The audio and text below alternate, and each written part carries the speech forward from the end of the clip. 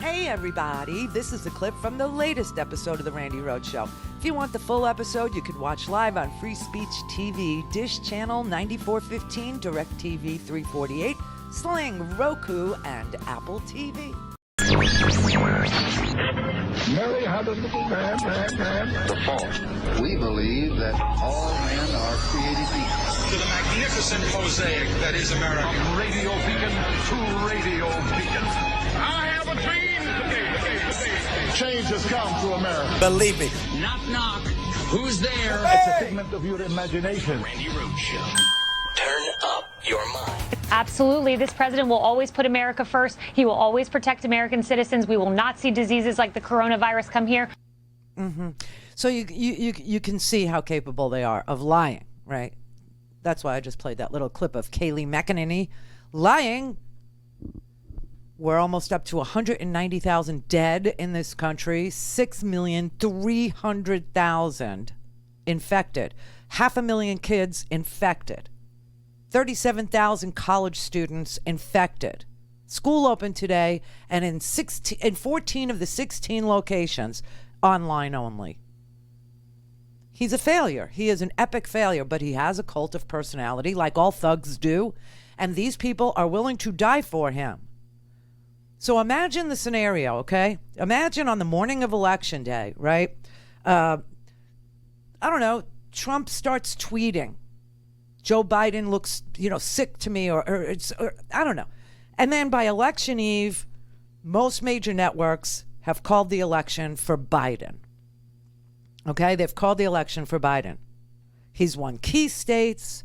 He's got a lead in the national popular vote. Polling experts predict that his lead's going to continue to grow as mail-in ballots and Western states come rolling in, where they have an unusually high number of mail-in ballots in the West. And the Electoral College looks secure for Joe Biden. But Donald Trump refuses to concede, and he starts tweeting in caps. Millions of illegal aliens and dead people have voted in large numbers, and the uncounted mail-ins are all fake. They're all fake votes. And his sycophantic social media group and, whatever foreign interference, they get on and they start screaming, it's a deep state coup. And Fox News starts opining, right? Sean Hannity, I don't know about these mail-in ballots. I don't know about that. And OAN, this crazy little tiny news network, they start echoing. And then Barr comes out and he says, I'm going to open up an investigation into unsubstantiated, made of whole cloth allegations about massive vote-in mailer fraud and ties between Democratic officials and Antifa, for God's sake, and Michigan and Wisconsin, where Biden has already won the official vote and the Democratic governors have certified the slates of pro-Biden electors. Trump starts screaming at and threatening the Republican-controlled legislatures to send pro-Trump slates to Congress to cast their ballots instead of who the people voted for. And then the next week is total chaos because two slates of electors show up. Wisconsin sends a Republican slate and a Democratic slate. And that's when the protests begin, and they demand that Trump concede, and the president starts tweeting in caps, real patriots must show these Antifa terrorists that citizens who love the Second Amendment, which has nothing to do with voting, will never let them steal this election. And around the nation, violent clashes everywhere, and people are injured and they're killed in multiple incidents, and reports are conflicting, and you don't know who killed who started what. And then Trump declared, this useless carnage must end. It must end now. Our incredibly powerful military will rain fire and fury down on the streets. Teach these anti-American terrorists a lesson. Can you see where this is going? That is why you need to vote, bank it early. Early. Because we're looking at catastrophe on every level, not just in the streets, not just by these people who, I don't know what the deal is with their, nads, but they have to have a gun to feel like a man. They have to have, an AR. They have to have a shotgun. They got to have 2 handguns on top of that with a silencer, and they got to have hundreds of rounds of ammunition. I don't know what's wrong with them, but, look, this is what we're looking at. And then on top of it, a constitutional crisis. Can you imagine America being put through this? Can you? Well, I hope you can. Because I'm telling it to you now, so that if it happens, because it's not a blowout, on November 3rd, 4th, 5th, all the way through to January 20th, the day that if we haven't decided, if we haven't finished it, the election, Congress picks the president. Now, where am I getting this from? Okay, I'll tell you. In the Washington Post today, which you can all read, there is an article, and it's called "What's the Worst That Could Happen?" And law professors and civil servants and media experts, pollsters, strategists, Republicans and Democrats were all called together to build a series of war games. I'm telling you, this was everybody was included. Some of the most accomplished Republicans, Democrats, civil servants, media experts, pollsters, and strategists.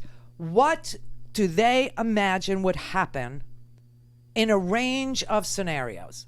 And the only scenario that they concluded would not include this kind of agitation or violence, massive amounts, was if there was a landslide for one or the other.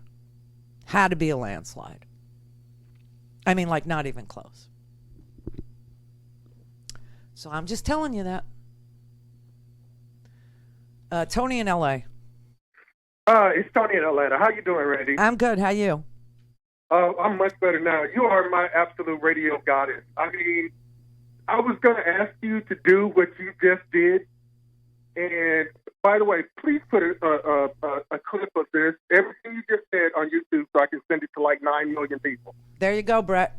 Now we know what segment we're posting. Yeah, I was just about to say, we've got our free segment for the day. Thank you very much, What should we call Tony. it, Tony? Go name it. Name it. What's the worst? What's the worst that could happen? There you go. What's Okay. the worst that can happen? There you go. You named it. Done, All right. Tony. Thanks. So, no problem. You already covered that. And the only other thing that I wanted to talk about real quick was, why doesn't somebody go on, say, Twitter or something like that? Trump keeps calling himself the law and order president. But everybody around him is going to jail. You cannot let him keep that talking point. Yeah, it's mind-blowing. And, order, this man is so disordered that it's observable. You can see it. You can see he's disordered. You can see everything about him is disordered. The way he repeats himself constantly, the way he repeats talking points from, foreign adversaries, the way he disses our troops, the way he can't understand public service, the way he can't understand sacrifice. His mind is totally disordered. And the lawlessness around him is demonstrably provable. It's there. Why didn't somebody say that during one of the press conferences? Well, I think they have asked him about, well, Mr. President, how do you explain that everyone around you is either pled guilty, gone to jail, or, is awaiting sentencing? And he just dismisses it. He says, whatever, or he walks away. They have asked him. Yeah, I suppose they have. They have. Yeah. Well, just please keep doing what you're doing, because everything that you said that's going to happen in the fall. Oh, God. And like I said, we don't need to know. I don't want to be right. I don't want that to be what we're looking at or what we're going to have to deal. I want it to be a landslide. I want it to be a blowout. I want it to be obvious. I want it to be popular vote, electoral college, like 300, 320. You know what I mean? Like Florida has to go. Like, Arizona has to go. Colorado has to go. It can't be close. It has to be in your face, callable, without even the mail-in ballots. Otherwise, we're doomed. We're doomed to some sort of a crisis, or multiple crises. It could be constitutional and violent. Could be just violent, or it could be just constitutional, which I think would bring out the violent ones. So, yeah, I'm telling you know what scares me? when was the last time you were wrong? And I'm not saying that as a supplicant or, some kind of, suck up or anything like that. I don't know. But I want you to really look back. When was the last time Randi Rhodes was wrong about something? I don't know. And I will leave that with your viewers. Thank you, Randy. Thanks, Tommy. I hate being right. It's very difficult, by the way. Very difficult. And, having a love life and a romance, where you're always right, it's just, it's almost obnoxious. I could see it. I could see it from his point of view. I could see it. But truly, this has been, I want you to go to randyrhodes.com, check your registration and all that, and then I want you to go to the homework and read this article, What's the Worst That Could Happen? Read it. Save it. Print it. Hold it. Put it in your back pocket. Know it. Learn it. Pass it on. Share it. Tweet it. Retweet me.